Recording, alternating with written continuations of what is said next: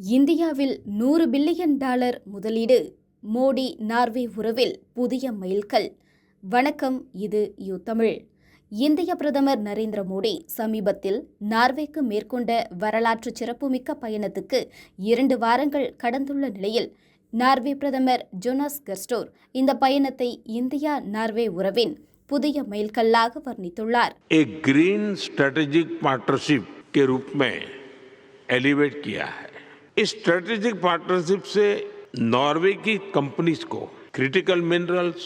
ஆஸ்லோவில் உள்ள புதிய அரசு தலைமையகத்தில் நடைபெற்ற செய்தியாளர் சந்திப்பில் பேசிய அவர், இந்தியாவுடனான உறவு இனி புதிய உயரத்தை எட்டும் என்று நம்பிக்கை தெரிவித்துள்ளார். 2018ஆம் ஆண்டு தொடங்கிய இந்தியா நார்டிக் நாடுகளுக்கிடையிலான ஒத்துழைப்பின் தொடர்ச்சியாகவே இந்த சந்திப்பு நடைபெற்றதாக ஜோனாஸ் கர்ஸ்டோர் கூறினார். இந்த பயணத்தின் முதல் கட்டத்தில் இந்தியா மற்றும் நார்வே இடையிலான இருதரப்பு உறவுகள் குறித்து விரிவான பேச்சுவார்த்தைகள் நடைபெற்றன.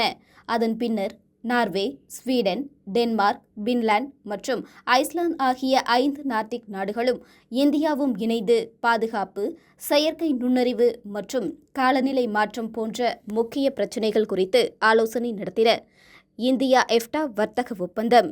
நார்வே பிரதமர் ஸ்டோர் இந்தியாவுக்கும் எஃப்டா எனப்படும் ஐரோப்பிய சுதந்திர வர்த்தக கூட்டமைப்பிற்கும் இடையில் கையெழுத்தான வர்த்தகம் மற்றும் பொருளாதார கூட்டாண்மை ஒப்பந்தத்தை மிக முக்கியமானதாக குறிப்பிட்டார். இந்த எஃப்டா அமைப்பில் நார்வே, சுவிட்சர்லாந்து, ஐஸ்லாந்து, லிச்சன்ஸ்டைன் ஆகிய நாடுகள் இடம்பெற்றுள்ளன. இந்தியாவுடனான எங்களின் மிக விரிவான வர்த்தக ஒப்பந்தம் இதுதான். இது நார்வேயிலிருந்து இந்தியாவுக்கு பெரிய அளவிலான முதலீடுகளை கொண்டுவரும் என்று அவர் தெரிவித்தார். $100 பில்லியன் முதலீடு. இந்த ஒப்பந்தத்தின் கீழ் அடுத்த 15 ஆண்டுகளில் இந்தியாவிற்கு சுமார் $100 பில்லியன் அமெரிக்க, அதாவது இந்திய மதிப்பில் சுமார் 8.5 லட்சம் கோடி ரூபாய் அளவிலான முதலீடுகள் வர வாய்ப்புள்ளதாக எதிர்பார்க்கப்படுகிறது.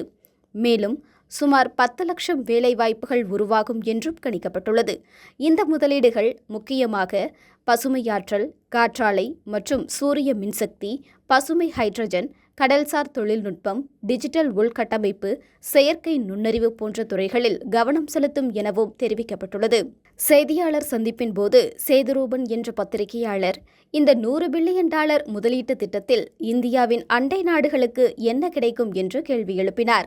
இதற்கு பதிலளித்த நார்வே பிரதமர், இந்த ஒப்பந்தம் முழுமையாக இந்தியாவுடன் மட்டுமே செய்யப்பட்டதாக தெளிவுபடுத்தினார். This is a very important and promising partnership for us. We have a trade agreement with India and our EFTA partners. We made that ahead of the European Union. அண்டை நாடுகளுடன் இதுபோன்ற ஒப்பந்தம் இல்லை என்று அவர் கூறினார்.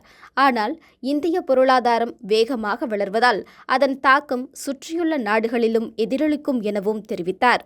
அதே நேரத்தில் இந்தியாவின் அண்டை பிராந்தியம் மிகவும் சிக்கலானது என்றும் அவர் குறிப்பிட்டார். செயற்கை நுண்ணறிவில் இந்தியா முக்கிய பங்குதாரர். இந்தியாவின் செயற்கை நுண்ணறிவு திறன்களை பாராட்டிய நார்வே பிரதமர், AI துறையில் இந்தியா உலக அளவில் முக்கிய பங்குதாரராக உருவெடுத்து வருவதாக தெரிவித்தார்.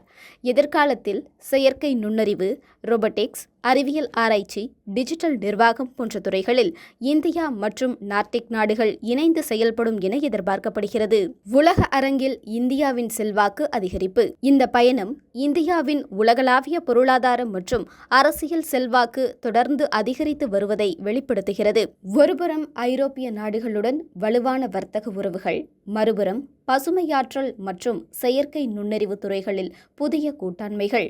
இதன் மூலம் இந்தியா உலக முதலீட்டாளர்களின் முக்கிய இலக்காக மாறி வருகிறது. நார்வே பிரதமர் ஜோனாஸ் கர்ஸ்டோர் கூறியது போல், நார்டிக் நாடுகள் தனியாக உலக முடிவுகளை எடுக்கக்கூடிய சக்தியல்ல, ஆனால் இந்தியாவுடன் ஒரே மேசையில் அமர்ந்து எதிர்காலத்தை பற்றி பேசும் திறன் எங்களின் பலம். இந்தியா நார்வே உறவின் இந்த புதிய அத்தியாயம் வரும் ஆண்டுகளில் தெற்காசிய பொருளாதாரத்திலும் உலக முதலீட்டு வரைபடத்திலும் குறிப்பிடத்தக்க மாற்றங்களை ஏற்படுத்துமா? உங்கள் கருத்துக்களை கமெண்ட்ல பதிவு செய்யுங்க.